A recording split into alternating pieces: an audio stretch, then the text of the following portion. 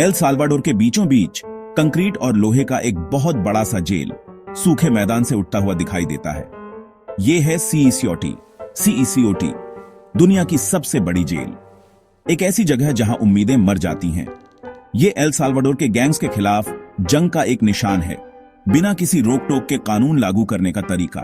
सीईसीओटी सिर्फ एक जेल नहीं है, ये एक बयान है। इस मेगा जेल में 40,000 कैदी रह सकते हैं। ये कुछ छोटे शहरों की पूरी आबादी से भी ज्यादा है। इसका निर्माण चुपके से किया गया था। दुनिया को इसके बारे में तब पता चला जब पहले कैदी यहां पहुंचे। संदेश साफ था, एल साल्वाडोर गैंग हिंसा से तंग आ चुका है। सीईसीओटी एक किले के अंदर किला है। ऊंची दीवारें, ऊपर कटीले तार, चारों तरफ पहरा। हथियारबंद गार्ड 24 घंटे गश्त करते हैं। वे ऊंची मीनारों से देखते हैं जिनमें तेज रोशनी वाले सर्चलाइट लगे हैं। अंदर जेल को 8 अलग अलग हिस्सों में बांटा गया है। हर हिस्से में हजारों कैदी रहते हैं। यहाँ वर्कशॉप, अस्पताल और यहाँ तक कि एक कोर्ट भी है। सब कुछ कैदियों को अंदर रखने के लिए बनाया गया है और नियंत्रित करने के लिए।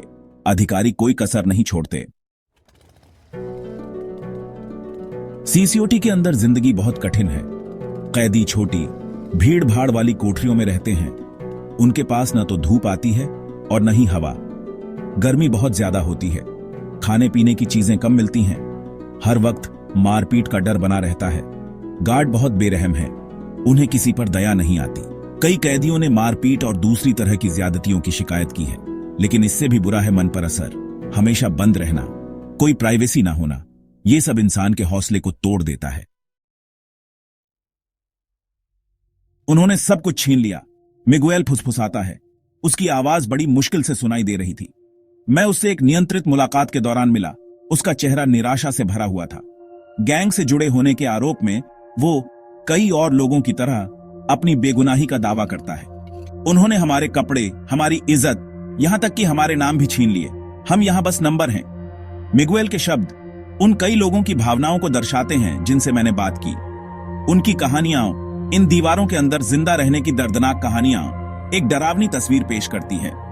धूप की कमी, कम खाना, हमेशा का डर, यही उनकी जिंदगी की पहचान है। सीईसीओटी के पीछे राष्ट्रपति नायब बुकेले का हाथ है। वो एक विवादास्पद व्यक्ति हैं। उनके समर्थक उन्हें एक मजबूत नेता मानते हैं। अपराध पर उनके सख्त रुख की तारीफ करते हैं। लेकिन उनके आलोचक उन्हें एक तानाशाह मानते हैं। बुकेले का कहना है कि गैंग्स की पकड़ तोड़ने के लिए सीईसीओटी जरूरी है। उनका दावा है कि व्यवस्था बहाल करने का यही एकमात्र तरीका है। उन्होंने इसके लिए अपना राष्ट्रपति पद दांव पर लगा दिया है। लेकिन किस कीमत पर? अंतरराष्ट्रीय समुदाय ने सीईसीओटी को बढ़ती चिंता के साथ देखा है। मानवाधिकार समूहों ने इस जेल की निंदा की है। वे इसे अमानवीय और अपमानजनक कहते हैं। उन्होंने भीड़भाड़, दुर्व्यवहार और उचित प्रक्रिया के उल्लंघन पर चिंता जताई है। कुछ देशों ने एल साल्वाडोर पर मानवाधिकारों के हनन का आरोप भी लगाया है। उन्होंने सीईसीओटी को बंद करने का आह्वान किया है।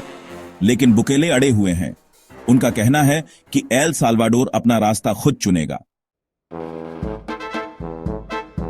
आलोचकों का तर्क है कि सीईसीओटी जैसी मेगा जेल उल्टा असर करती है। उनका कहना है कि हजारों अपराधियों को एक साथ बंद करने से और ज्यादा हिंसा होगी। उन्हें डर है कि सीईसीटी अतिवाद का अड्डा बन जाएगा। उनका तर्क है कि ध्यान सिर्फ सजा पर नहीं बल्कि सुधार पर होना चाहिए। उनका मानना है कि शिक्षा, नौकरी की ट्रेनिंग और सामाजिक कार्यक्रमों में निवेश करना लंबे समय में ज्यादा कारगर होगा। सीईसीओटी न्याय की प्रकृति के बारे में गंभीर सवाल उठाता है। क्या यह सजा देने के बारे में है या सुधार के बारे में? क्या यह बदला लेने के बारे में है या माफी के बारे में?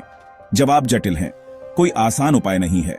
लेकिन एक बात साफ है, सीईसीओटी जैसी मेगा जेल में लोगों को बंद करना जवाब नहीं है। सीईसीओटी एक संभावित भविष्य की एक झलक है। एक ऐसा भविष्य जहां मेगा जेल आम बात हो जाएंगी। एक ऐसा भविष्य जहां सुरक्षा के नाम पर मानवाधिकारों की बलि दी जाएगी। ये एक ऐसा भविष्य है जिससे हमें हर हाल में बचना चाहिए।